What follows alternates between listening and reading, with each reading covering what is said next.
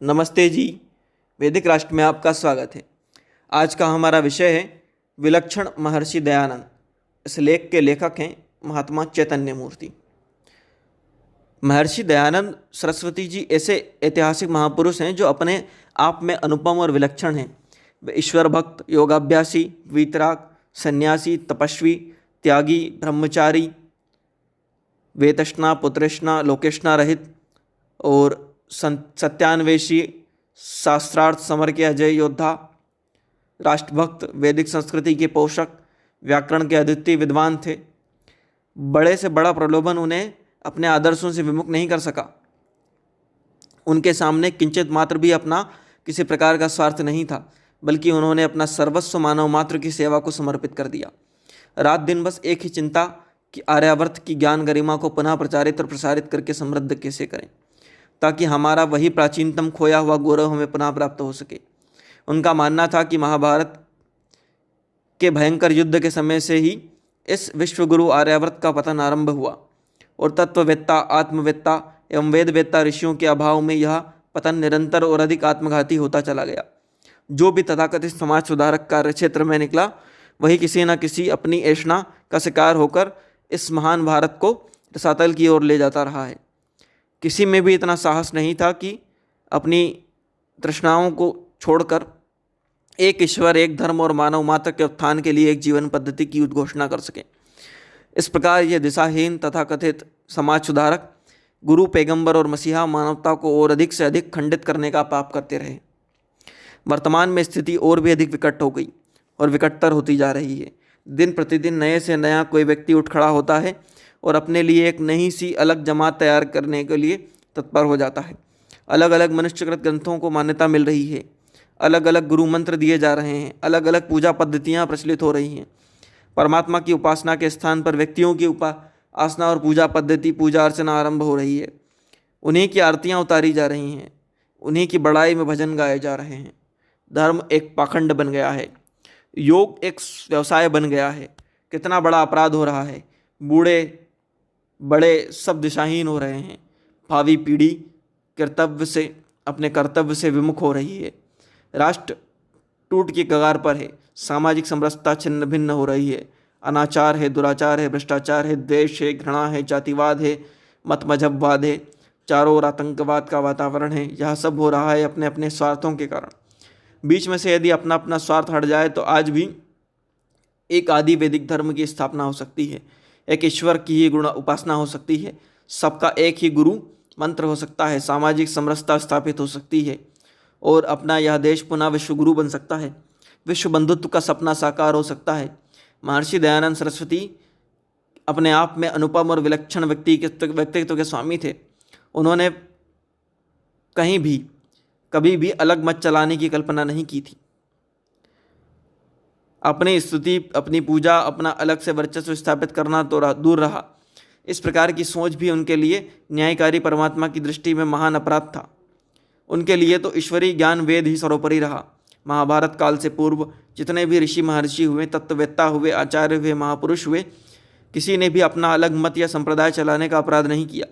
ब्रह्मा, शिव, विष्णु, मनु, वशिष्ठ, विश्वामित्र, लोमश, याज्ञवल्लभ, गौतम, कणाद, कपिल, पतंजलि, जैमिनी, व्यास, मर्यादा पुरुषोत्तम श्री राम, योगेश्वर श्री कृष्ण आदि अनेक दिव्य विभूतियों के लिए ईश्वरीय ज्ञान वेद ही सर्वोपरि था।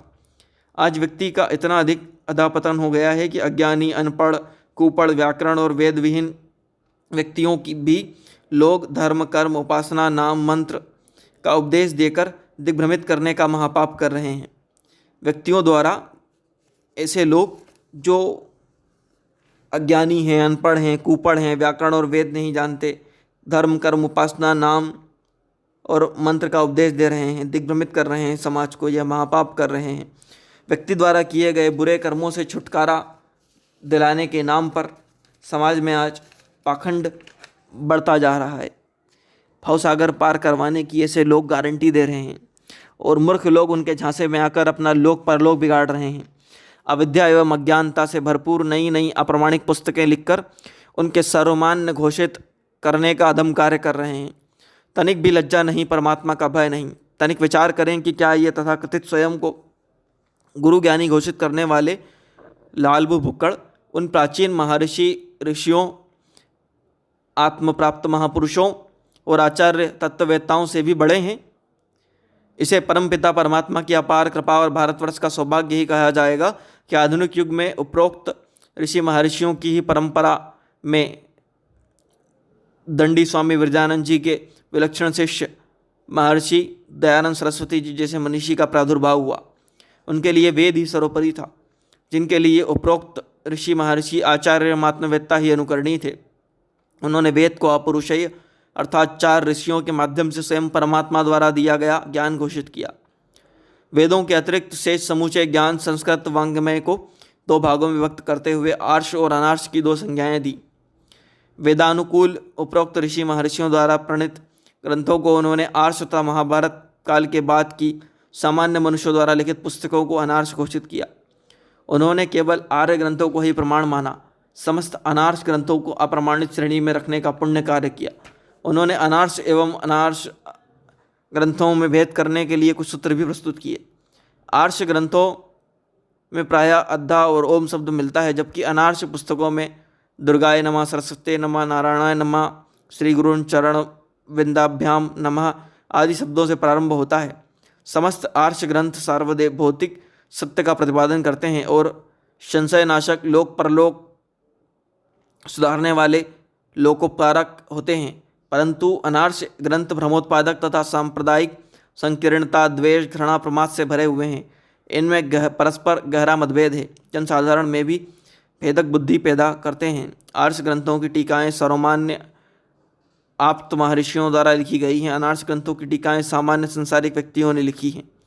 यह तो आर्ष अनार्ष ग्रंथों के संबंध में दिशा निर्देश है, मगर आज तो तथाकथित गुरुओं, संतों, पीरों, पैगंबरों द्वारा इससे भी निरंतर निम्न स्तर की पुस्तकें लिखी जा रही हैं। उन्हें ही अपनी अपनी जमात में सर्वमान्य से घोषित करके बाबा वाक्यम प्रमाणम की कुरीति और कुनीति सिर चढ़कर बोल रही है। अंधों के द्वारा अंधों को मार्ग दिखाने की बात चरितार्थ हो रही है।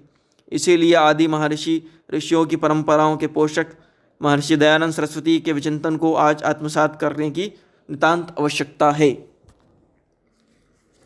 प्रस्तुत लेख, इसके लेखक थे महात्मा चैतन्य मुनि। इसी प्रकार के अन्य लेखों के लिए, वैदिक विचारों के लिए, वेद मंत्रों की व्याख्याओं के लिए, प्रेरणादायक कहानियों के लिए, महापुरुषों के जीवन के प्रेरक प्रसंगों के लिए वैदिक राष्ट्र को लाइक करें, शेयर करें, सब्सक्राइब करें और बेल आइकन की घंटी को जरूर दबा दें। धन्यवाद।